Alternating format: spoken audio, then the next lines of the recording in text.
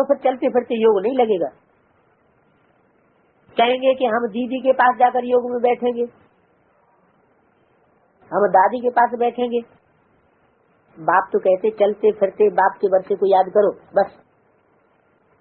गीता सुनाने वाले ऐसे नहीं कह सकते। कैसे हैं कि चलते फिरते कर्म करते बाप की याद में रहो। ये तो बाप ही कहते हैं। क्या बात? कि चलते फिरते कर्म करते बाप की याद में रहो और माँ में कब याद करो। तो साधु सन्यासी क्यों नहीं कहते माँ में कब याद करो? हैं? वो खुद ही ब्रह्म तत्व को याद करते हैं। स्वर्ग का भी तुमने साक्षात्कार किया है। बाबा भी जास्ती साक्षात्कार कराते नहीं है। नहीं तो नए लोग समझते हैं ये कोई जादू है।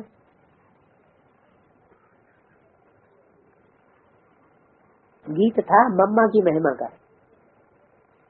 मम्मा तो यह भी है। कौन? तो वास्तव में मम्मा है कौन है? जो धारणाओं का राजा है। कौन हुई? ब्रह्मा भी है, परंतु माताओं को संभालने के लिए जगदम्बा मुकर्रर है।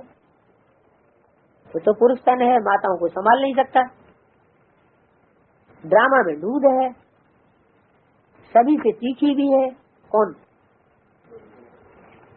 कौन मम्मा? ओम राधे सभी से तीखी भी है। उनकी मुरली बड़ी रसीली है।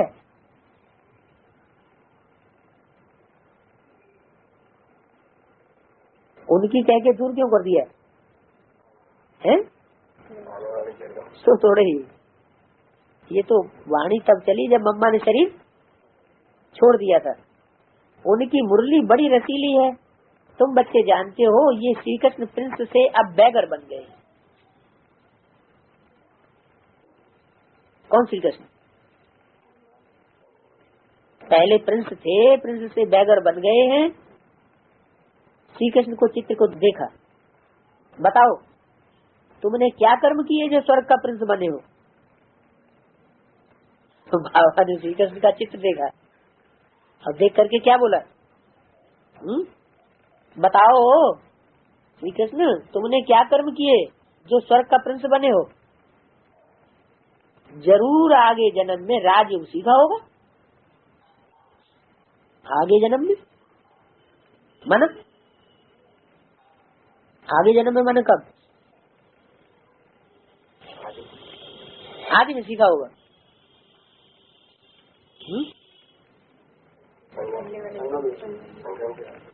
हाँ जरूर आगे जन्म में जिस समय मुरली चला रही है उस समय आगे कौन सा हुआ? जब सीखा होगा उन्होंने योग। है पिछले कल की बात है। यहाँ कल्प की तो बातें, आगे जन्म की बात बोली। आगे कल्प की बात थोड़ी है। संगमी के आदमी सीखा उस समय राजयोग सिखाया जा रहा था। पूरा परिचय भी था बाप का।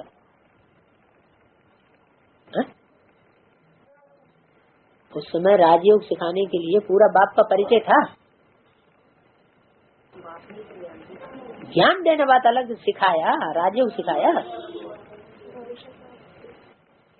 हाँ जरूर आगे जन्म में राजयोग सीखा होगा। जो बैगर का चित्र बनाया हुआ है, बैगर टू प्रिंस, वो किस समय का चित्र है?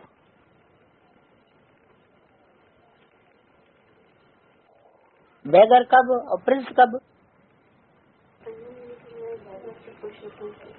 हाँ संगम युग में किस समय बैगर?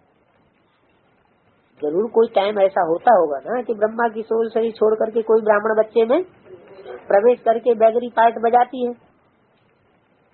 बैगर की परिभाषा दी, बैगर के पास तो फिर धन पद मान मर्तबा कुछ भी न हो। तो जरूर आगे जन्म में राजयोग सीखा होगा। जरूर बाप ही स्वर्ग का कहता है, उसने ही सिखाया होगा। अच्छा मीठी मीठी सिकिल दे बच्चों प्रति माता पिता बाप दादा का याद प्यार, गुड मॉर्निंग। रूहानी बाप की रूहानी बच्चों को आरती है 6-7 हेडिंग यह है, मीठे बच्चे माया के प्रभाव से बचने के लिए तुम घड़ी घड़ी अपने शक्ति प्रीतम की याद करो, क्योंकि प्रीतम अभी आया हुआ है। तुम सब प्रियतमाओं को अपने साथ वापस घर ले चलने के लिए। मीठे बच्चे किसने कहा और किसको कहा? शिव बाबा ने कहा। किसको कहा? बच्चों को कहा। शिव बाबा। शिव माना क्या और बाबा माना क्या? बाबा तो ग्रैंडफादर को कहा जाता है, सब जानते हैं।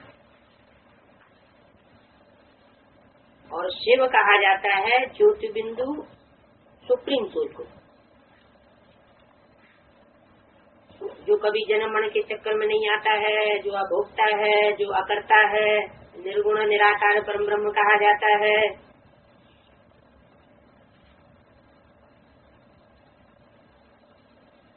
वो शिव है। वो शिव अब इस सृष्टि पर आया हुआ है। क्या पहले नहीं था? अगर पहले होता तो दुनिया होती है, सदगति होती? क्या होती? जहाँ दुनिया की सबसे बड़ी अथॉरिटी मौजूद हो, राजाओं का राजा बनाने वाला, सम्राटों का सम्राट मौजूद हो, वहाँ अव्यवस्था कैसे हो सकती है? वो तो आता ही है कभी नरक की दुनिया को बदल करके स्वर्ग बनाने के लिए। कलह युग को कलह कलेश का युग नरक कहा जाता है, और सत्य युग को सत्य का युग स्वर्ग कहा जाता है। ये सृष्टि 4 युगों से, इसकी तुलना है नाटक से। ये सृष्टि रूपी रंगमंच है, इसके 4 सीन हैं, सतयुग, त्रेता, द्वापर, कलयुग। और 4 सीन में जिसे कल्प कहा जाता है, जिसके लिए कहा गया है शास्त्रों में कल्प कल्प लगी प्रभु अवतारा। हर कल्प में प्रभु भगवान इस सृष्टि पर आते हैं, अवतार लेते हैं, सृष्टि का उद्धार करते हैं, सभी आत्माओं का उद्धार करते हैं। सर्व का सद्गति दाता राम कहा जाता है। तो वो निराकार परम ब्रह्म परमात्मा इस सृष्टि पर अभी आया हुआ है। कोई कहे पहले क्यों नहीं आया, या पहले से क्यों नहीं था? तो उसका तो जवाब दिया, अगर पहले से होता तो सबकी सद्गति होनी चाहिए। अभी तो सब दुर्गति में पड़े हुए हैं। कोई तन से सुखी नहीं है, कोई धन से सुखी नहीं है, कोई मन से सुखी नहीं है। कोई ताल ठोक के नहीं कह सकता, छाती ठोक के नहीं कह सकता कि मैं तन से, मन से, धन से, समय, संपर्क और संबंधियों से सुखी हूँ, या सुखी रहा हूँ, या सुखी रहूंगा। तो जब ऐसी स्थिति हो जाती है दुनिया की, तब ही सृष्टि पर वो परम पिता परमात्मा शिव, जो बिंदु बिंदु बिंदु स्टार स्टार आत्माओं का बाप है। स्टार कहते भी है, प्रकृति के बीच में चमकता है अजब सितारा। जिस सितारे की यादगार में हम बिंदी लगाते हैं, टीका लगाते हैं, जरूर आत्मा वहाँ टिकी हुई है। इसलिए मनीषियों ने, विद्वान आचार्यों ने टीका लगाने की परंपरा चलाई। लेकिन वो तो मनुष्य मत हो गई। मनुष्यों की मत में और ईश्वर की मत में अंतर होता है। ईश्वर आकर के जो बात बताएगा, वो मनुष्यों की बुद्धि में अगर समाई हुई होती तो इस सृष्टि में परमात्मा को आने की दरकार ही नहीं। तो मनुष्यों ने तो टीका बिंदी लगाने की परंपरा चलाई, मनुष्य गुरु है। लेकिन गुरुओं का भी गुरु है वो सदगुरु, वो आके बताता है बच्चे टीका या बिंदी लगाने की जरूरत नहीं है। क्या करने की जरूरत है? स्मृति में रहो कि तुम एक स्टार आत्मा हो, ज्योति बिंदु आत्मा हो। ज्योति बिंदु आत्मा को अपने 2 नयनों के बीच में, भृकुटी के मध्य में सदैव देखने की कोशिश करो। गीता में भी लिखा है, भ्रमोर मध्य प्राण भावे से सम्यक। मनुष्य जब शरीर छोड़े तो भ्रकुटी के मध्य में आत्मा को देखने की कोशिश करे, क्योंकि जो जहाँ का रहने वाला होता है वो वहाँ जल्दी ढूंढने से मिल सकता है। तो आत्मा का इस शरीर में घर ही है उत्तम अंग। इस शरीर में उत्तम से उत्तम अंग कौन सा है? मस्तक। तो मस्तक में आत्मा निवास करती है। कोई को इंदिरा गांधी को 27 गोलियां दाग दी, फिर भी वो जीने की संभावना उनकी बनी रही। अगर मारने वाला जानता होता कि भ्रकुटी के मध्य में आत्मा बैठी हुई होती है तो कहाँ एक गोली दाग देता? एक गोली में ही कल्याण हो जाता, लेकिन उसे तो बेचारे को पता नहीं था। आत्मा भ्रकुटी के मध्य में रहती है। उन जो आत्माएं अपने अपने शरीर में भ्रकुटी के मध्य में निवास कर रही हैं, उन सब आत्माओं को वो सुप्रीम सोल आकर के कहता है मीठे मीठे बच्चे। कैसे बच्चे? जो आत्मिक स्मृति में टिकने में होशियार है, जिन्होंने ये प्रैक्टिस की है। क्या प्रैक्टिस की है? तुम ज्योति बिंदु आत्मा हो और जिससे बात करें उसको भी किस रूप में देखें? आत्मिक रूप में देखें कि हम इस ज्योति बिंदु आत्मा से बात कर रहे हैं, ये मिट्टी के पुतले से बात नहीं कर रहे हैं। ऐसी जिनकी पक्की धारणा है, ऐसे ऐसे मीठे मीठे बच्चों से, मीठे मीठे माना रूहानी, जिस्मानियत के नशे में टिकने वाले नहीं, कैसे रूहानियत के रूह की स्टेज में टिकने वाले बच्चों से बात करते मीठे मीठे बच्चे। क्या? माया के प्रभाव से बचने के लिए तुम घड़ी घड़ी अपने सत्य प्रियतम को याद करो। काय के प्रभाव से बचने के लिए माया क्या चीज है? एक तो राम कहा जाता है भगवान को, और उसके अपोजिट में ये समझा जाता है कि माया बड़ी प्रबल है, जो भगवान का भी अपोजिशन करती है, बच्चों को तो तंग करती ही है। तो ये माया रावण कौन है? माया क्या चीज है? माया कोई अलग से कोई आदमी नहीं है। माया अपने अंदर, आत्मा के अंदर जो कमजोरियां भर जाती हैं जन्म मरण के चक्र में आते आते, आसुरी मनुष्यों के संग में आते आते, दूसरी कमजोर आत्माओं के संग का रंग लगते लगते, वो कमजोरी का नाम है माया। क्या? माँ माने संस्कृत में होता है ना, नहीं। माँ माने नहीं, निगेटिव। और आया ना, आया होता। माया माने ना आई होती तो अच्छा था, लेकिन संग का रंग तो दुनिया में सबको लगता है, एक सुप्रीम सोल को छोड़ के। ऐसी सृष्टि में ऐसा इस दुनिया में कोई है जो संग के रंग में तो आए, लोगों को उसको संग का रंग लगे नहीं। मां निर्लेप कोई है? वो गुरु लोग तो ऐसे ही कह देते हैं आत्मा निर्लेप है, लेकिन क्या आत्मा निर्लेप है? आत्मा को लेप छेप नहीं लगता, आत्मा को दुख सुख का बंधन नहीं लगता, आत्मा को पाप पुण्य का बंधन नहीं लगता। आत्मा अगर निर्लेप है तब तो परमात्मा जैसी स्थिति होनी चाहिए।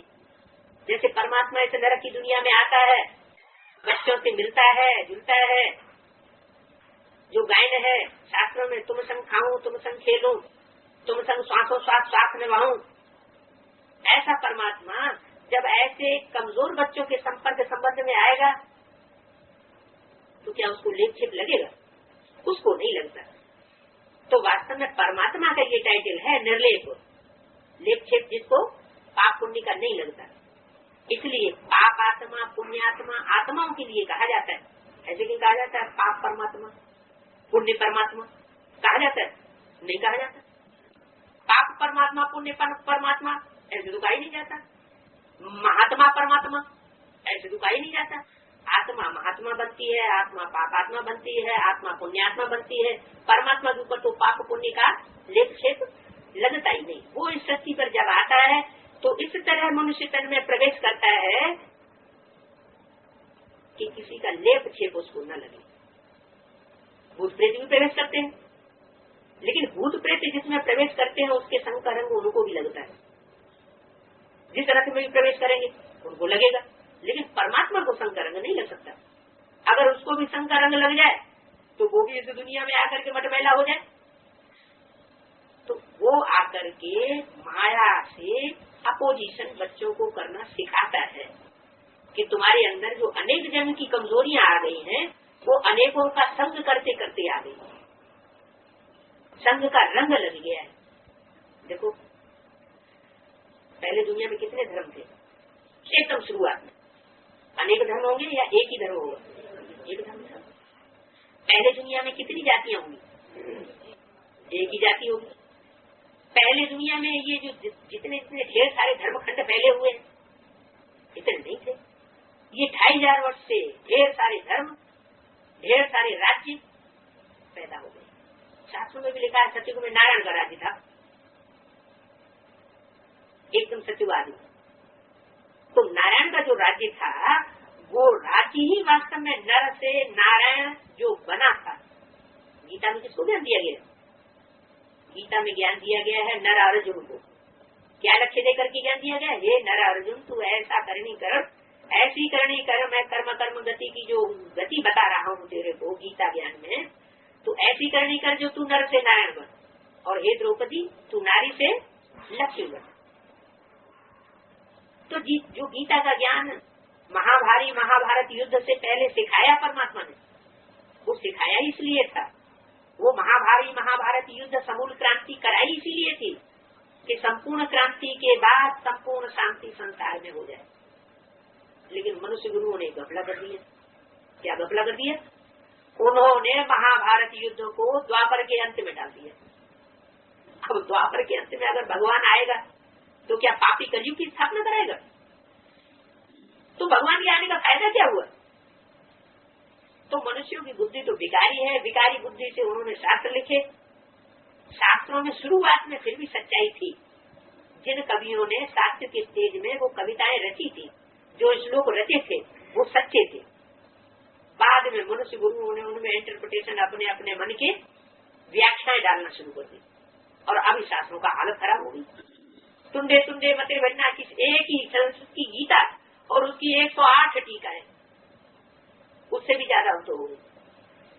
टैगोर गीता अलग है, गांधी गीता अलग है, माधवाचार्य गीता अलग है, शंकराचार्य गीता अलग है। और एक एक गीता की दूसरी गीता से जब तुलना की जाए तो व्याख्या में एकदम त्रास। माधवाचार्य की गीता कहती है आत्मा है, लेकिन परमात्मा उन सबसे अलग है। शंकराचार्य की गीता कहती है एको ब्रह्म दूसरी होना, आत्मा अनेक नहीं है, एक ही परमात्मा है, परम ब्रह्म है, दूसरा कुछ नहीं है। आत्माएं अलग अलग नहीं है, सभी आत्माएं एक ही परम ब्रह्म परमात्मा में समाई हुई है। अहम ब्रह्म, अहम शिवोहम। तो ऐसी ऐसी बातें शंकराचार्य ने की, तो एकदम क्रॉस हो जाता है। जहाँ मूल में ही इतना क्रॉस हो जाता है तो वहाँ विस्तार में कितना क्रॉस होगा। तो सच्चाई क्या है? ये कहावत है, कै समझे कवि कै समझे रवि।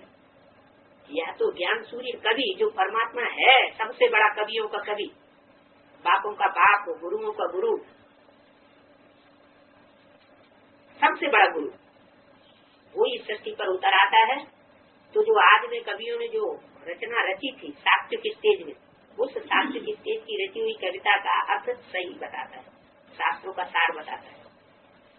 वो कवि तो कविता करके चले गए, उसके बाद जो परवर्ती मनुष्य हुए, मनुष्य गुरु, उन्होंने उनका इंटरप्रिटेशन में अपनी मनमानी की। दिन प्रतिदिन मनुष्य विकारी बनता गया, विकारी बुद्धि से विकारी शास्त्रों का इंटरप्रिटेशन किया। इसलिए शास्त्र तो सब चौपट हो गए। थोड़े बहुत रहे भी तो मुसलमानों ने आकर के, क्रिश्चियंस ने आकर के, उन्होंने उसमें मिक्सचरिटी कर दी अपने तरीके से। उसमें मिक्सचरिटी करके उन्होंने एटम बम तैयार कर दिए। अरे शास्त्रों में भी लिखा हुआ है, क्या लिखा हुआ है कि महाभारत युद्ध में अग्नेयास्त्र थे। अभी कौन से अग्नेयास्त्र थे? राम ने कौन से बाण चलाए थे? लोहे के बाण चलाए थे या ज्ञान के बाण चलाए थे? ज्ञान के बम फोड़े थे या ये जो क्या नाम भंडार है जो निकाला हुआ है यूरेनियम का, उससे बनाए हुए थे दुनिया का नाश करने के लिए? नहीं, परमात्मा तो आकर के सब बेहद की बातें हैं, बेहद का ज्ञान सुनाता है, बेहद के ज्ञान से आत्माओं का कल्याण करता है। आत्माएं जो है वो अपनी मनमानी करके, शास्त्रों के अर्थ करके खुद गड्ढे में जाती है, दूसरों को ले जाती है। तो परमात्मा अभी सृष्टि पर आया हुआ है, कहता मीठे मीठे बच्चे, माया के प्रभाव से बचने के लिए तुम क्या करो? माया माना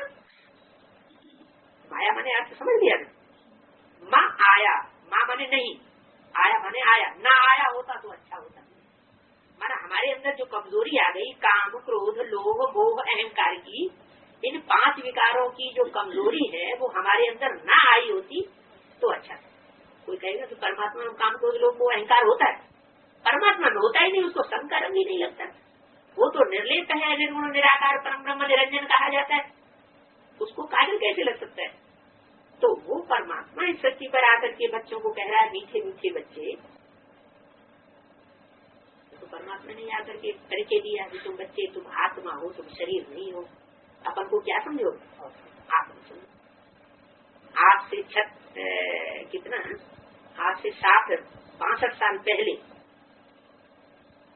दुनिया में जब एटॉमिक एनर्जी का नाम निशान नहीं था, दुनिया में जब ढेर के ढेर भगवान का नाम निशान नहीं था, ये 65 साल के अंदर ढेर के ढेर भगवान निकल पड़े और एटॉमिक एनर्जी भी निकल पड़ी। इससे ये साबित होता है कि भगवान तो जरूर एक ही होना चाहिए, अनेक थोड़ा ही होना चाहिए, कि एक होना चाहिए अनेक होना चाहिए, एक ही होना चाहिए। तो इसका मतलब उनमें एक कोई जरूर सच्चा है जो 60-65 वर्ष के अंदर आया हुआ है और बाकी सब झूठे। एक सदगुरु निराकार गाया जाता है तो बाकी गुरु कैसे हो गए? जब एक सदगुरु निराकार है तो बाकी गुरु तो साकारी जितने भी हुए मनुष्य गुरु, वो सब सप्त गुरु नहीं हुए ना। सतगुरु एक है तो बाकी गुरु झूठे हो गए। तो बाकी जो गुरु झूठे हैं उनमें पता कैसे चले कौन सच्चा है कौन झूठा है? तो ये टाइम से मीजान लगाया जा सकता है कि आज से 60-62 वर्ष पहले एटॉमिक एनर्जी भी नहीं थी और ढेर के ढेर गुरु भी नहीं थे। तो उस पीरियड में ऐसा क्या हुआ, कहाँ हुआ, क्या ऐसी हिस्ट्री है जहाँ से ये कार्य शुरू हुआ? क्या कार्य शुरू हुआ? परमात्मा आता है तो ऐसे थोड़े कि नई दुनिया करके चला जाएगा, नए धर्म की धारणाएं स्थापन करके चला जाएगा, जैसे और धर्म पिताओं ने किया। और धर्म पिताओं इब्राहिम, बुद्ध, क्राइस्ट, गुरु नानक ने क्या किया? अपने अपने धर्म की धारणाएं स्थापन करके चले गए बुद्धि में। मनुष्यों की बुद्धि में अपने अपने धर्म की धारणाएं स्थापन कर दी, लेकिन पुरानी परंपराओं का नाश किसी ने नहीं किया। पुरानी जो परंपराएं चल रही थी, रूढ़ियां चल रही थी, अंधविश्वास चल रहे थे, उनके ऊपर कट कुठाराघात किसी ने करने का साहस नहीं किया। तो पुरानापन भी दुनिया में चलता रहा और नए नए धर्म की धारणाएं भी अमुक अमुक धर्म खंडों में स्थापन हो गई। जैसे गुरु नानक ने पंजाब में आकर के विशेष कार्य संपन्न किया तो वहां सिख धर्म स्थापन हुआ। महात्मा बुद्ध ने जापान, चीन, मलाया, पूर्वी द्वीप समूह, वर्मा, ये जितने पूर्वी देश हैं उनमें बौद्ध धर्म खंड स्थापन कर दिया तिब्बत तक। तो बौद्ध धर्म खंड हुआ। क्राइस्ट आए उन्होंने यूरोपीय देशों में, अमेरिका में क्रिश्चियन धर्म खंड हो गई। तो जो भी धर्म पिताएं आए उन्होंने स्थान स्थान पर कुछ विशेष मरम्मत कर दी सृष्टि की, लेकिन नई सृष्टि किसी ने नहीं रची। दुख दुनिया में फिर भी बढ़ते चले गए। तो फिर उनको भगवान का रूप कहेंगे, भगवान का कार्य कहेंगे या सिर्फ मनुष्यों का कार्य कहेंगे? वो तो मनुष्यों का कार्य है। भगवान बाप जो इस सृष्टि का पिता है सर्वोपरि, वो तो जरूर आकर के नया मकान बनाएगा बच्चों के लिए और आएगा भी सबसे अंत में। जब जितनी भी ये मनुष्य आत्माएं हैं सब अपने अपने करिश्मे करके दिखा दे और नीचे गिरती चली जाए, सृष्टि नीचे गिरती चली जाए, गिरते गिरते दुनिया में दुख अशांति बढ़ती चली जाए, किसी के बस का रोग न रहे, तब अंत में परमात्मा इस सृष्टि पर आता है और आकर के आमूल चूल परिवर्तन करता है, सारी सृष्टि में समूल क्रांति करता है। उसके लिए पहला कार्य करता है शंकर के द्वारा, क्या? पुरानेपन का विनाश, झाड़ू लगाना, पुरानी चीज को नाश करना। विष का भरा हुआ घड़ा रखा हो और उसमें तुम लोटा, 2 लोटा, 4 लोटा दूध डाल दो। अच्छा, एक घड़ा ही दूध डाल दो तो विष का विष ही रहेगा या दूध हो जाएगा? क्या रहेगा? विष ही रहेगा ना। तो ऐसे और धर्म पिताएं जो भी आते गए उन्होंने अपनी सत्य धारणाएं जो है अपने धर्म की मनुष्यों के अंदर डाल दी, अमुक अमुक मनुष्यों में, अमुक अमुक धर्म खंडों में। उससे कोई परिवर्तन होने वाला नहीं है। परमात्मा बाप आता है तो पहले आकर के शंकर के द्वारा 3 देवताओं का निर्माण करता है, इसलिए कहा जाता है त्रिमूर्ति शिव। 33 करोड़ देवताओं में सबसे ऊंची से ऊंची स्टेज वाले देवताओं का नाम है ब्रह्मा, विष्णु, शंकर। ब्रह्मा के द्वारा नई सृष्टि की रचना स्थापना कराता है। ये कार्य गुप्त रूप में चलता है।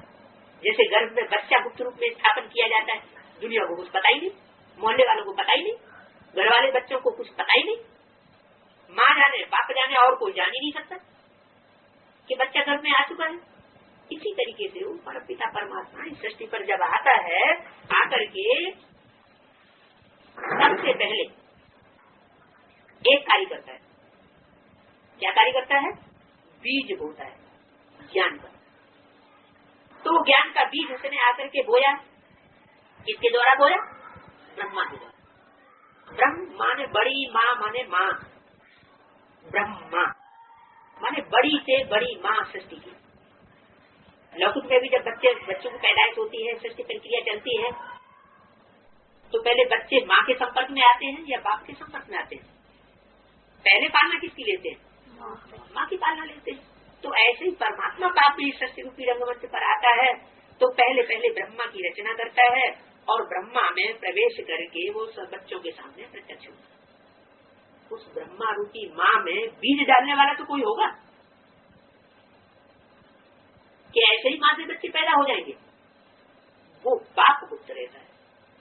जैसे छोटे बच्चे, उनसे पूछो तुम्हारा बाप कौन है, तो माँ की पालना ले रहे हैं, माँ को सब कुछ जमन रहे हैं। माँ जब तक उनको न बताइए तुम्हारा पापा है, तब तक उनको कैसे पता चलेगा? तो ऐसे ही ब्रह्मा की सूल निमित्त बन जाती है नई सृष्टि रचने के, लेकिन ब्रह्मा की भारतीय शास्त्रों में पूजा नहीं होती, मूर्तियां नहीं बनती, मंदिर नहीं बनते। कारण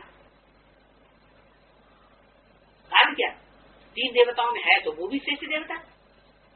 कारण ये है कि माँ अति प्यार देने वाली होती।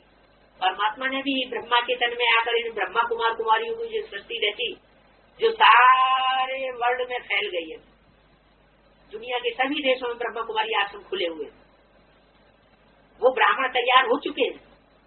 लेकिन उन ब्राह्मणों में 2 प्रकार के हो जाते हैं। जैसे कोई माँ बाप के 2 तरह के बच्चे होते हैं, एक अच्छे और एक बुरे स्वभाव संस्कार वाले। एक माँ बाप को बिच्छू टिंडे मन करके दुख देते हैं, कोई बच्चा ऐसा भी होता है जो सुख देने वाला होता है।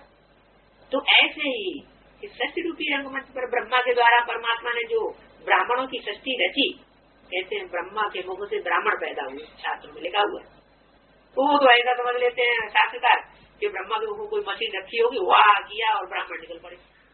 अब ऐसे कहीं होता है क्या?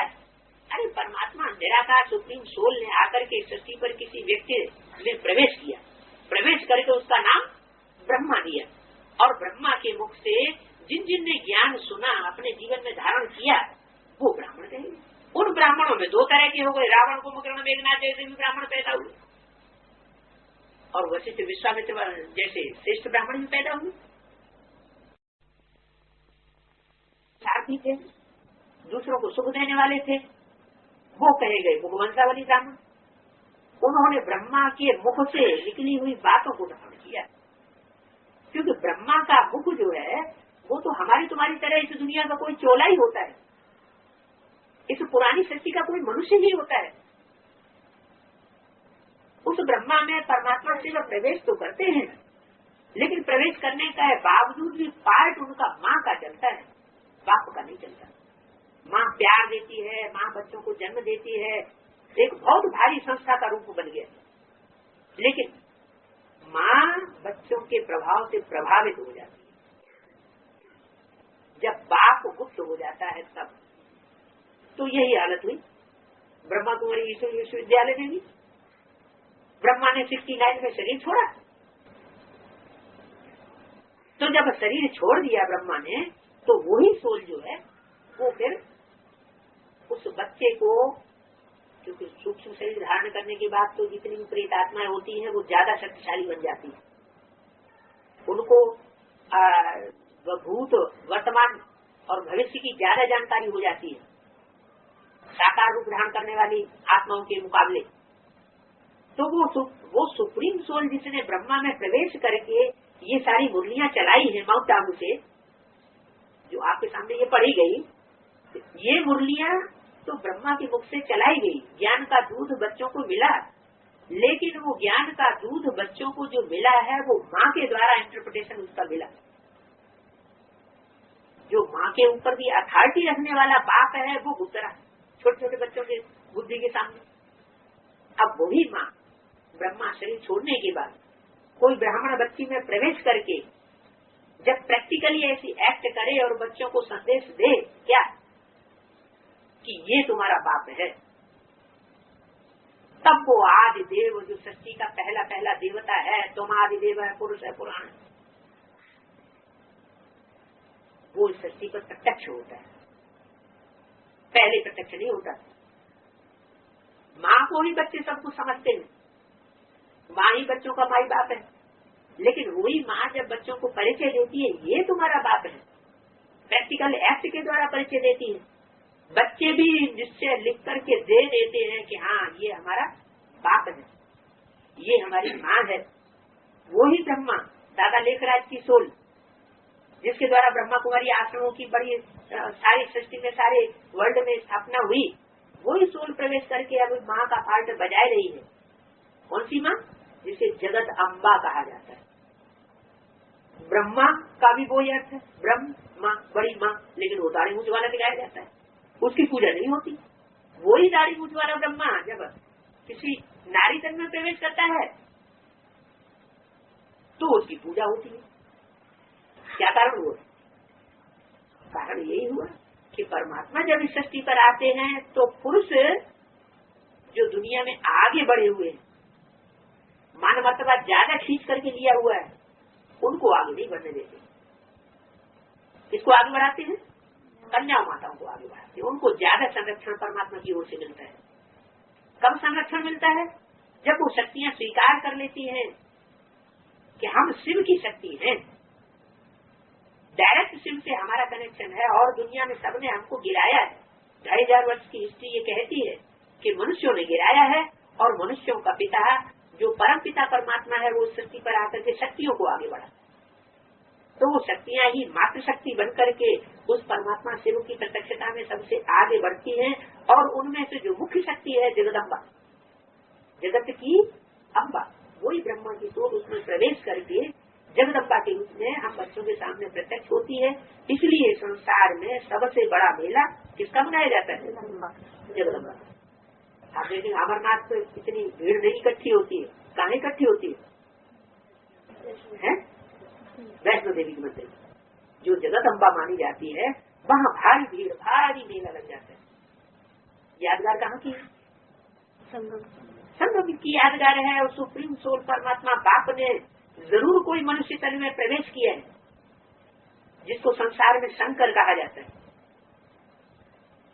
ये शंकर वाली आत्मा कोई दूसरी आत्मा नहीं है, ये वही आत्मा है। 60 साल 65 साल पहले सन 36 में परमात्मा शिव जब आए थे तो पूर्व दिशा से सूर्य उदय होता है। यादगार बनी हुई है ड्रामा प्ले अनुसार। बनी एंट्री दुनिया का ऐसा बड़ा बरगद वृक्ष, वट वृक्ष, जिसका गीता में वर्णन है, ऊर्धम मूलम मदरसाग अश्वत्थम माहुअव्ययम, वो अश्वत्थ वृक्ष की यादगार वो बरगद का वृक्ष बना हुआ है। मूल जड़ गायब हो चुकी है, माना मूल सनातन देवी देवता धर्म वो नष्ट हो चुका, प्रायः लोप हो गया। थोड़ा सा कहीं भारतवर्ष में नाम मात्र बचा हुआ, जहाँ पारिवारिक व्यवस्था बड़ी बड़ी रूप में अभी भी चल रही है। एक एक परिवार में 700 100 125 लोग पल रहे हैं। उनका एक मुखिया होता है, उस मुखिया के हाथ में सारी धर्म सत्ता राज सत्ता होती है। मुखिया की इशारे के बगैर कोई भी परिवार का सदस्य कोई कदम नहीं उठा सकता। वो सनातनी व्यवस्था आज भी है, लेकिन बहुत लोप हुई है। ऐसी सनातनी व्यवस्था जो है वो परमात्मा इस सृष्टि पर घर घर में करके जाता है। मनुष्य उसको परिवार की व्यवस्था को तोड़ देते हैं, परमात्मा फिर आकर के जोड़ता है। वसुधैव कुटुम्बकम, परमात्मा का नारा क्या है? सारी वसुधा ही, सारी सृष्टि ही तुम्हारा कुटुम्ब है, मैं तुम्हारा बाप आया हुआ। परम पिता परमात्मा जिसको कहा जाता है वो परमात्मा बाप है, वो शंकर के रूप में संसार में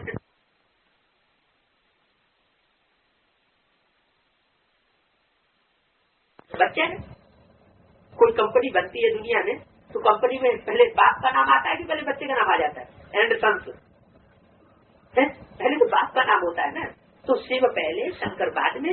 शिव जो है वो कल्याणकारी का नाम है, शंकर संहारकारी का नाम है, जो सारे कचरे को इस सृष्टि से साफ कर देता है, सब अधर्मियों का विनाश कर देता है। जैसे गीता में लिखा हुआ है कि मैं आता हूँ किस लिए? विनाशाय च दुष्कृतां, धर्म संस्थापनार्थाय, धर्म की स्थापना करने के लिए आता हूं। तो धर्म की स्थापना करता है ब्रह्मा के द्वारा। ब्रह्मा का अपर रूप है जगदम्बा। जगदम्बा के द्वारा, भारत माताओं के द्वारा वो आकर के स्वर्ग के गेट खुलवाता है। माताएं आगे बढ़ती हैं, स्वर्ग का गेट खोलने में निमित्त बनती है। क्यों? पुरुष क्यों नहीं? कोई तो कारण होगा। भारत में ही भगवान क्यों आते हैं, विदेशों में क्यों नहीं? कोई तो कारण होगा। भारत माता क्यों कहा जाता है, यूरोप माता क्यों नहीं कहा जाता? और सब धर्म खंड पिता परस्त क्यों है? गॉड फादर को क्यों ज्यादा मानते हैं, गॉड मदर को क्यों नहीं मानते? भारत में इतनी माता की मान्यता क्यों है? भारत माता कहा जाता है, भारत पिता तो कोई नहीं कहता। ये ठीक है कि माता है तो पीछे से जरूर शक्ति देने वाला पिता तो होगा ही। भारत में अहिवासी माताओं की मान्यता है या विधवा माताओं की मान्यता है? पूजा किसकी होती है? जब कोई अच्छा कार्य किया जाता है तो अहिवासियों को आगे रखा जाता है, विधवाओं की उतनी मान्यता नहीं है। तो इससे साबित होता है कि भारत माता कोई विधवा तो नहीं रही होगी। तो वो भारत माता है जिनमें मुख्य शक्ति है जगदम्बा, जगत की अम्बा। वो जगदम्बा ब्रह्मा की दूसरा रूप, अपर रूप, वो और जगत पिता, जिसको शास्त्रों में कहा जगतम पितरम वंदे पार्वती परमेश्वर। ये सृष्टि के माता पिता हैं। ऐसे नहीं कि हिंदुओं में भी इनकी मान्यता है, दूसरे धर्मों में भी इनकी मान्यता है। एडम ईव क्रिश्चियंस में मान्यता है कि सृष्टि की आदि पुरुष एडम ईव हुए, आदम हव्वा। मुसलमानों में इनकी मान्यता है। क्या मान्यता है मुसलमानों में? क्या मान्यता है? आदम हव्वा वो सृष्टि के पहले पहले पुरुष हुए, वो जन्नत में पहले पहले गए, फिर जन्नत से नीचे धकेल दिए गए। कारण तो कुछ नहीं रहा, वो डिटेल की बात। तो कहने का मतलब ये हुआ कि चाहे हिंदू हो, चाहे मुसलमान हो, चाहे ईसाई हो, चाहे जैनी हो, जैनियों में भी आदिनाथ नहीं माने जाते, वो सृष्टि के आदि पुरुष माने जाते। तो हर धर्म में उन आदि पुरुष की मान्यता है, लेकिन दुनिया ये नहीं जानती कि कोई पहले आदि पुरुष कोई एक ही थे या कोई सृष्टि ही पुरानी थी और उस पुरानी सृष्टि में से किसी को निमित्त बना करके परमात्मा ने उनमें प्रवेश करके और नई सृष्टि की स्थापना की है। यानी पुरानों में से ही कुछ विशेष आत्माओं को चुन करके परमात्मा नई सृष्टि की रचना करता है। ऐसे नहीं कोई नई सृष्टि आ जाती है अलग से, पुरानी सारी खत्म हो जाती है, नहीं। दुनिया तो यही रहती है, दुनिया के मनुष्य भी यही रहते हैं, लेकिन उन मनुष्यों में से जो श्रेष्ठ है, सर्वोपरि पाठ बजाने वाले हीरो हीरोइन हैं, उनको वो सुप्रीम सोल पहचानता है कि वो किस मनुष्य तन में है। उनको पहचान करके उन्हें प्रवेश करना चाहिए। वो मुख्य विशेष आत्मा भारतीय परंपरा में रामकृष्ण के रूप में मानी जाती है, विदेशों में उनको एडम ईव, आदम हव्वा कहते हैं। तो वो रामकृष्ण की विशेष आत्मा जो इस सृष्टि रूपी रंगमंच की हीरो हीरोइन है, उनमें परमात्मा ने आज से 65 साल पहले प्रवेश किया। उनमें माँ बच्चों के सामने पहले प्रत्यक्ष हो गई, जिसे ब्रह्मा नाम दिया गया। ब्रह्मा को प्रैक्टिकल में संसार में फैले हुए, कोई इनकार नहीं कर सकता कि ये ब्राह्मणियों की उत्पत्ति नहीं हुई है ब्रह्मा के द्वारा। तो जरूर पिता भी होगा, जिसके द्वारा उस ब्रह्मा के बुद्ध रूपी पेट में बीजारोपण ज्ञान का किया गया, वो रामवादी आत्मा थी। कहते हुए छुपा रुस्तम बाद में बोले, वो राम की सोल जो सृष्टि रूपी रंगमंच पर कलयुग के अंत में आकर के विशेष पाठ बजाती है, जिसे शंकर कहा जाता है, वो कृष्ण की सोल जो सृष्टि रूपी रंगमंच पर कलयुग के अंत में आकर के विशेष पाठ बजाती है, उसे ब्रह्मा कहा जाता है। ये ब्रह्मा माँ हुई और वो जगत पिता शंकर हुए। पिता अपने को बाद में प्रत्यक्ष करता है, क्योंकि पिता को जो प्रत्यक्ष में कार्य करना है वो बच्चों को वर्षा देने का करना है। माँ को जन्म देने का, पालना देने का, प्यार देने का पार्ट बजाना है। तो इस दुनिया में जरूर परमात्मा बाप ने आकर के तुम्हें माता च पिता तुम्हें, तू ही मेरी माता है, तू ही मेरा पिता है, तो सुप्रीम सोल ने जरूर कोई ऐसा पार्ट बजाया होगा जो दुनिया में किसी ने न बजाया हो, माता पिता के रूप में। जरूर उसने ब्रह्मा के तन में आकर के वो माता का प्यार दिया, वो माता की पालना दी। आज भी ऐसा कोई भी ब्रह्मा कुमार कुमारी पुराना नहीं होगा जो ये कहे कि ब्रह्मा बाबा से हम मिले तो ब्रह्मा बाबा से हमारी आंखें चार तो हुई, बाबा से हमने बात तो की, लेकिन बाबा ने हमको दुख दिया। कोई हो तो बताओ, किसी ने ऐसा अनुभव सुनाया हुआ? पुराने ब्रह्मा कुमार तो बहुत है, ब्रह्मा कुमारियां हैं, ब्राह्मण ब्राह्मणियां हैं पुराने, लेकिन ये कोई अनुभव नहीं कहता। एक सेकंड भी मिला होगा बाबा से तो भी उसने ये अनुभूति की कि बाबा ने हमको जितना प्यार दिया उतना दुनिया में हमारी माँ ने भी, ओरिजिनल माँ ने भी इतना प्यार नहीं दिया। कारण वो ईश्वरी शक्ति, ईश्वर ही ऐसा माँ का रूप धारण कर सकता है जो दुनिया में कोई नहीं कर सकता, और ईश्वर ही ऐसा पिता का रूप धारण करता है। दुनिया में जो वर्षे मिलते हैं बच्चों को वो अल्पकाल के मिलते हैं, थोड़ा धन दे देंगे, थोड़ा मकान दे देंगे, और क्या देंगे? बाप आकर के ऐसी दुनिया ही सच रूपी मकान ही ऐसा नया बना देता है जिसमें सुख ही सुख, अनेक जन्मों का सुख नुधा हुआ है, अनेक जन्मों की सुख शांति समाई हुई है। इसलिए उसको कहा जाता है, क्या कहा जाता है? परमात्मा का टाइटल है सदगति दाता, शांति दाता, गति दाता भी है और सदगति भी देता है। गति और सदगति, मुक्ति और जीवन मुक्ति, ये वर्षा बाप की देन है। ये वर्षा मनुष्य सृष्टि पर और कोई नहीं दे सकता। मुक्ति का मतलब ये है दुख दर्दों से मुक्ति। हाथ जल रहा है, दुख फील हो रहा है, एक हाथ जल रहा है, दूसरे हाथ में कोई रसगुल्ला दे तो आदमी पहले क्या चाहेगा? पहले हाथ को निकालेगा दुख से, या पहले रसगुल्ला लेके लपक के खा लेगा? क्या करेगा? पहले शांति चाहेगा कि पहले सुख चाहेगा? पहले तो मुक्ति चाहिए। सब दुखी हैं, दुखों से बंधे हुए हैं, दुख दर्दों से जीवन बंधा हुआ है, जीवन बंधन में है, उस बंधन से सब मुक्ति चाहते हैं। जब बुखार उतर जाए, शांति आ जाए, तब लड्डू पेड़ा खाने की इच्छा होगी, भोजन खाने की इच्छा होगी, उसे कहते हैं सुख, सुख प्राप्त करना। तो परमात्मा पहले हर बच्चे को आकर के सृष्टि से मुक्ति देता है, दुख की दुनिया से मुक्ति का वर्षा देता है। बाद में कुछ विशेष आत्मा ऐसी हैं जिनको पहले सुख की सृष्टि में ले जाता है, क्योंकि नई सृष्टि में इतने ढेर सारे तो होंगे नहीं, नई दुनिया में तो बहुत थोड़ी आत्माएं होंगी। कौन सी थोड़ी आत्माएं होंगी? हर धर्म में जिन आत्माओं ने अच्छे से अच्छा श्रेष्ठ पार्ट बजाया है। कोई धर्म ऐसा है जिसमें बुरे और अच्छे न होते हो? ऐसा है जिसमें सब अच्छे ही अच्छे होते हो? ऐसा कोई धर्म है जिसमें सब बुरे ही बुरे होते हो, अच्छा कोई ना होता हो? हर धर्म में अच्छे भी होते हैं, हर धर्म में बुरे भी होते हैं। तो जो श्रेष्ठ श्रेष्ठ आचरण करने वाली श्रेष्ठ आत्माएं हर धर्म की हैं, उनको परमात्मा बाप आकर के एक एक करके चुनता है, चुन रहा है, अभी भी चुन रहा है, और चुन करके उनकी माला तैयार करता है। वो मालाएं एक तरह की नहीं है, हर धर्म में माला घुमाई जाती है। माला में क्या होता है? गोल गोल मणके हैं, वो आत्माओं की तो यादगार है, बिंदु बिंदु आत्माओं की यादगार है। बिंदु का बड़ा रूप शालिग्राम बनता है, माला का मणका बनता है, बिंदु का ही रूप शिवलिंग बनता है।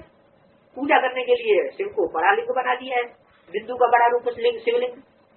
ऐसे ही पूजा करने के लिए शालिग्राम बना दिया, ऐसे ही माला का मणका बना दिया है, आत्मा की यादगार। तो सारी सृष्टि रूपी रंगमंच पर हर धर्म से चुनी हुई विशेष आत्माओं का जो संगठन परमात्मा ने तैयार किया, वो माला रूपी संगठन कहा गया। जिन माला के मणकों को, आत्मा रूपी मणकों को दुनिया के हर धर्म की आत्मा आदमी स्मरण स्मरण कर। कोई गुरु से जाके पूछो, भाई तुम माला क्यों घुमाते हो? कोई तो हक्के बक्के हो जाएंगे, अरे ये क्या, ये कोई प्रश्न है तुम्हारा? माला क्यों घुमाते हो? सही जवाब तो जानते नहीं है। परमात्मा बाप आकर के बताते हैं, बच्चे मैं तो विशेष आत्माओं का संगठन तैयार करता हूँ। श्रेष्ठ से श्रेष्ठ जो संगठन है वो है 9 आत्माओं, जो नवग्रह के रूप में हमारे भारतवर्ष में पूजा जाता है। कथा होगी, भागवत होगी, शादी होगा, यज्ञोपवीत होगा, तो नवग्रह जरूर बनाएंगे। नवग्रह का पूजन करेंगे। अब उनका पूजन होता है नवग्रह की हर जगह पूजा होती है, तो कोई विशेष आत्माएं होंगी ना, वो तो उन जड़ ग्रहों को समझ लेते हैं, शुक्र तारा को, बृहस्पति तारा को, सूर्य को, चंद्र को। अरे वो तो रोशनी देने वाले जड़ लाइट के गोले हैं, वो कोई चैतन्य आत्मा थोड़े ही। ज्यादा ताकत किसमें होती है? चैतन्य में ज्यादा ताकत होती है, जड़ में ज्यादा ताकत होती है? चैतन्य में ज्यादा ताकत होती है। तो ये धरती के सितारे यहाँ इस धरती पर मौजूद हैं। इन धरती के सितारों को परमात्मा सिलेक्ट करके संसार के सामने प्रत्यक्ष करता है। देखो ये है नवरत्न, अष्टदेव, 9 विशेष आत्माएं संसार के सामने प्रत्यक्ष करता है। ये है फर्स्ट क्लास से भी ऊंची माला। फिर फर्स्ट क्लास माला आती है 108 की, उसमें वो 8-9 जुड़े हुए हैं। तो वो जो 100 विशेष आत्माएं हैं उनका भी चयन परमात्मा करता है। जो जन्म जन्मांतर राजा ही पद पाते हैं, राजाएं बनते हैं। तो दुनिया में इंजीनियर के कॉलेज खुले हुए हैं, इंजीनियरिंग के कॉलेज खुले हैं, डॉक्टरी के कॉलेज खुले हुए हैं, मास्टरी के कॉलेज खुले हुए हैं, इनके तो कॉलेज खुले हैं। लेकिन दुनिया में इतने बड़े बड़े राजाएं, छोटे छोटे राजाएं हुए, उनको राजा बनने की क्वालिटी किसने सिखाई? राजा बनने की जो कंट्रोलिंग पावर उनके अंदर आ गई, वो किसने दी? कब दी? किसी ने तो दी होगी। कोई टाइम तो हुआ होगा जब राजयोग सिखाकर परमात्मा ने राजाएं दी होगी जन्म जन्मांतर की आत्माओं को। तो वो यही पीरियड है। इस समय परमात्मा बाप इस सृष्टि पर आए हुए हैं, आकर के हम बच्चों को राजयोग सिखा करके वो जन्म जन्मांतर की राजाई की पावर हम आत्माओं में भर रहे हैं। अब जो पढ़ाई पढ़ेगा वो पाएगा। सिर्फ पढ़ाई पढ़ने की बात नहीं है, पढ़ना भी है, पढ़ाना भी है, और अपने जीवन में प्रैक्टिकल धारण भी करना है। नहीं तो अगर पढ़ तो लिया, दूसरों को पढ़ा भी दिया, मान मर्तबा भी ले लिया, लेकिन अपने जीवन में अगर धारण नहीं किया तो रावण का ज्ञान हो जाता है। ऐसे ब्राह्मण, हम ब्राह्मणों की दुनिया में भी बहुत से सुनते हैं, सुनाते हैं, बड़े ऊंचे कहे जाते हैं, बड़ी महिमा ले रहे हैं, लेकिन अंदर से धारणा न होने के कारण उनका रावण का रूप संसार में प्रत्यक्ष हो जाता है। तो पहली बात है ज्ञान को सुनना रेगुलरली।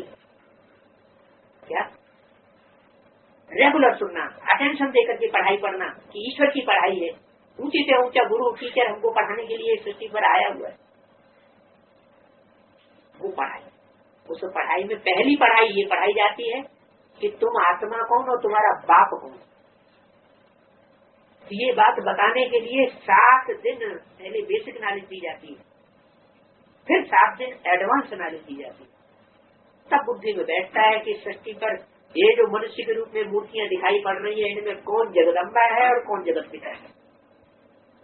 नहीं तो कोई सांप बिच्छू चिन्ह धारण किए हुए कोई ऐसा व्यक्ति नहीं होगा जो सांप लगाए हुए हो गले में, बाहों में, कमर में, और सर के ऊपर, और वो बाजीगर बन करके हमारे सामने आ जाए। वो तो एक प्रतीकात्मक चित्र है, कवियों की भाषा है, कवियों का चित्रण है। उस चित्रण को मनुष्य मात्र जो है नहीं समझ सका। कौन समझ लिया? ऐसे ही हुए होंगे, दशरथ का कोई रावण ही हुआ होगा।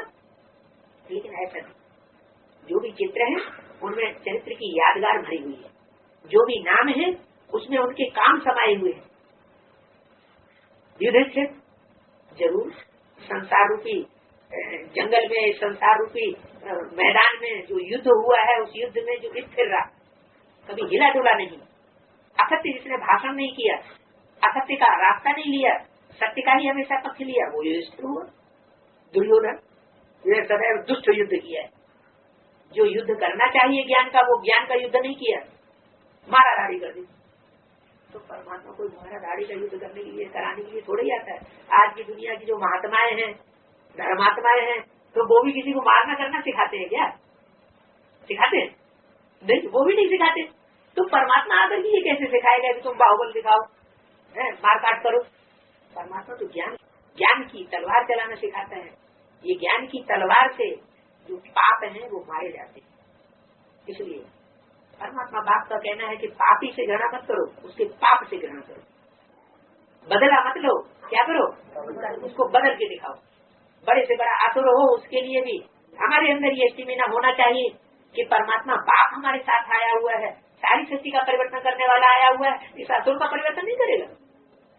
कैसी भी पत्थर बुद्धि आत्मा क्यों नहीं, कैसी भी जड़ बुद्धि, झाड़ की तरह जड़ बुद्धि क्यों न हो, उसको भी परमात्मा परिवर्तन करने के लिए आया। हाँ, बच्चों को निमित्त बना देता है। तो इतना बड़ा कार्य हो रहा है, उस कार्य में माया का प्रभाव तो जरूर पड़ेगा, माया का अपोजिशन जरूर होगा। माया कोई दूसरी चीज भी नहीं है, हमारे अंदर की अपनी कमजोरियां हैं, तो हम एक परमात्मा बाप की मत पर नहीं चल पाते। जो हमारा इस सृष्टि में सबसे बड़े से बड़ा प्रियतम है, क्या? एक तो कहते हैं प्रिय, एक कहते हैं इससे ज्यादा प्यारा, और एक कहते हैं सबसे ज्यादा प्यारा, उसको कहते हैं प्रियतम। तो प्रियतम कौन हुआ? इस सृष्टि पर कोई प्रियतम नहीं है, सब एक दूसरे को धोखा देने वाले हैं। अभी सृष्टि ऐसी बन जाएगी, दिन प्रतिदिन हालत ऐसे खराब होते जा रहे हैं कि न कोई किसी का बाप रहेगा, न कोई बच्चा रहेगा, न पत्नी रहेगी, न पति रहेगा, सब एक दूसरे को धोखा देने लग पड़े। अभी भी दे रहे हैं, अभी भी एक दूसरे को संतुष्ट नहीं कर पा रहे। कितना भी प्रगाढ़ संबंध क्यों न हो, वो भी टूटता जा रहा है। आज संबंध जुड़ता है, कल टूट जाता है। अभी वो सृष्टि की वो तामसी हालत हो चुकी। ऐसी तामसी सृष्टि को बदलने के लिए परमात्मा बाप इस सृष्टि पर आया हुआ है। वो आकर के बच्चों को बता रहा है, बच्चे अब ये एटॉमिक एनर्जी तैयार हो चुकी, हर हर बम बम का प्रैक्टिकल नारा इस सृष्टि पर लगने वाला है। आज से 7 साल पहले ऐसी घातक शक्ति तैयार नहीं हुई थी, अब तैयार हुई। मनुष्यों के हाथ में उसका विस्फोट है, उन्होंने ही निर्माण किया है, लेकिन प्रेरणा किसने दी? प्रेरणा देने वाला कोई तो होगा। अगर प्रेरणा देने वाला न होता तो आज से पहले भी वो शक्ति तैयार हो जानी चाहिए, एटम बम तैयार हो जानी चाहिए। नहीं, आज से 7 साल पहले तो नाम निशान भी नहीं था। सन 45 में द्वितीय विश्व युद्ध में 20-20 मेगावाट की बम्बियां बनी, जिन्होंने जापान के 2 शहरों को नेस्त नाबूद कर दिया। और आज तो उसके मुकाबले में हजारों हजार वाट के एटॉमिक एनर्जी बनी हुई पड़ी है, हाइड्रोजन बम, एटम बम, कीटाणु बम। ये सृष्टि तो बालू के ऊपर खड़ी हुई है। जैसे बालू के ऊपर किला बनाया जाता है और नदी का पानी आता है और किला फोड़ देता है, तो ऐसे ही बालू के ढेर पर खड़ी हुई, ये बालू कहो या ये बारूद कहो, इसके ढेर पर दुनिया खड़ी हुई है। परमात्मा बाप शंकर के द्वारा एक प्रेरणा का सूत्र छोड़ेगा और ये एटॉमिक एनर्जी फटने लग पड़ेगी। कब तक रुकी हुई है? जब तक वो मालाएं तैयार नहीं होती है, जब तक इस सृष्टि रूपी रंगमंच पर नई सृष्टि का संगठन तैयार नहीं होता है। हम ब्राह्मण बच्चों, ऐसा संगठन एक बार तैयार हो गया, बस विनाश की विभीषण शुरू, हर हर बम बम का प्रैक्टिकल नारा शुरू हो जाएगा, फिर पुरुषार्थ करने का मार्ग नहीं रहेगा। अभी पुरुषार्थ करने का मार्जिन है, फिर नहीं रहेगा। फिर क्या होगा? तो मारामारी चारों तरफ होगी, धुआंधार चारों तरफ होगा, तो उस स्टेज में तो कोई ज्ञान भी नहीं ले सकेगा। अभी तो शांति की पीरियड में पढ़ाई पढ़ी जा सकती है। जैसे पहले पढ़ने के लिए कहाँ जाते थे? गांव शहर का वातावरण छोड़ के गुरुकुल में, जंगल में जाते थे पढ़ने के लिए, तो शांति में पढ़ाई होती है। जब दुनिया में लड़ाई शुरू हो जाएगी, अशांति का वातावरण हो जाएगा, उस समय कोई पढ़ाई पढ़ नहीं सकेगा। सबको अपने बंद होकर के अपने अपने घरों में बैठना पड़ेगा। सिर्फ ऐसा भारतवर्ष में ही नहीं होगा, दुनिया के सभी देशों में वही मार्शल लॉ लागू होगा, तब हालत बहुत खराब हो जाएगी। इसलिए वो सूर्य उदय होने से पहले, ज्ञान सूर्य परमात्मा इस सृष्टि पर उदय हो, उससे पहले ही पुरुषार्थ करना, इसको कहते हैं अमृत वेला। अभी ज्ञान सूर्य गुप्त कार्य कर रहा है। पांडवों को भी गुप्त कहा जाता है कि पांडव गुप्त होकर के घूमते थे। कितने साल घूमे? तो 14 साल लिख दिया है। तो गुप्त वास किया पांडवों ने, तो 14 साल कोई निश्चित टाइम हुआ होगा ना? कौन सा टाइम हुआ है? ब्रह्मा की आयु 100 साल कही जाती है। सन 36 में परमात्मा शिव ने ब्रह्मा में प्रवेश किया, तो सन 36 से लेकर के सन 36-46 के बीच जो प्रवेशता हुई है, उसमें वानप्रस्थ अवस्था में प्रवेश होता है। 40 साल दूसरे जोड़ दिए तो 89 आता है, 89 के बाद से लेकर के अब 14 साल गुप्तवास के, समझ रहे। पांडवों ने लंबे समय तक गुप्तवास किया, दुनिया नहीं जान सकी उन पांडवों को, वो गुप्त रूप में अपना कार्य करते रहे, परमात्मा से पढ़ाई पढ़ते रहे। सबसे लंबे समय तक कहाँ गुप्तवास किया, वो शास्त्र में लिखा हुआ है। राजा द्रौपदी की राजधानी है, द्रौपदी का जन्म हुआ वहां से, नाम रख दिया द्रौपदी, जिसका पद ध्रुव है, जिस पद को कोई कितना भी हिलाए लेकिन सत्य की नैया डोलेगी हिलेगी लेकिन डूब नहीं सकती। वो ऐसी सत्य की नैया है, तो उसका पद तो ध्रुव है, उसे कोई हिला नहीं सकता। वो ध्रुवपति जो है, राजा ध्रुवपद की लड़की है, कन्या है, जैसे जगदम्बा ब्रह्मा की बच्ची मानी जाती है शास्त्रों। तो ये जगत पिता और जगदम्बा का श्रेष्ठ कार्य जो है सृष्टि पर चल रहा है, गुप्त रूप में चल रहा है, प्रत्यक्ष रूप में समझ में नहीं आएगा। लेकिन अगर कोई ज्ञानी तू आत्मा, जो शास्त्रों में लिखा हुआ ज्ञानी तू आत्मा मुझे विशेष प्रिय है, बैठ करके अपना टाइम दे तो समझ में आ सकता है। कोई बुद्धि ही क्यों न हो, कोई लूला लंगड़ा ही क्यों न हो, कोई अंधा ही क्यों न हो, कोई गरीब से गरीब सड़क का भिखमंगा ही क्यों न हो, वो भी इस ज्ञान को समझ सकता है। इस ज्ञान का नाम ही है सहज राजयोग, सहज ज्ञान। ज्ञान भी सहज है और योग भी सहज है।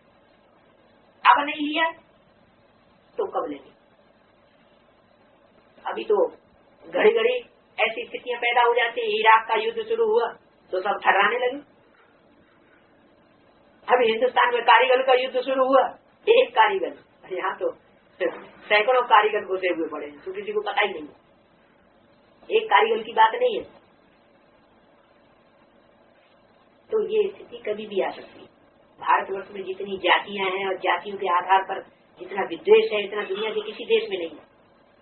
भारतवर्ष में जितने धर्म पनप रहे हैं और धर्मों की आत्माएं ज्यादा से ज्यादा तादाद में भारतवर्ष में जितनी है, उतना परसेंटेज और किसी भी देश में नहीं। दिल्ली के तख्ते पर हर धर्म ने राज्य किया है। दुनिया में कोई ऐसा दूसरा शहर नहीं है जिसमें हर धर्म ने राज्य किया हो। तो यहाँ भिन्नता बहुत है, और तो भिन्नता के आधार पर अंदर अंदर आग सुलग रही है, मारामारी के लिए तैयार बैठे हैं। कौन रोक रहा है? वो परमात्मा बाप ही सृष्टि पर इस समय रोक रहा है कि जब तक स्थापना नहीं हो जाएगी तब तक विनाश शुरू नहीं होगा। जब तक नया मकान का 2-4 कमरा न बन जाए, 1-2 कमरा तो बने, तब बड़ी बिल्डिंग जो पुरानी बिल्डिंग है वो तोड़ना शुरू।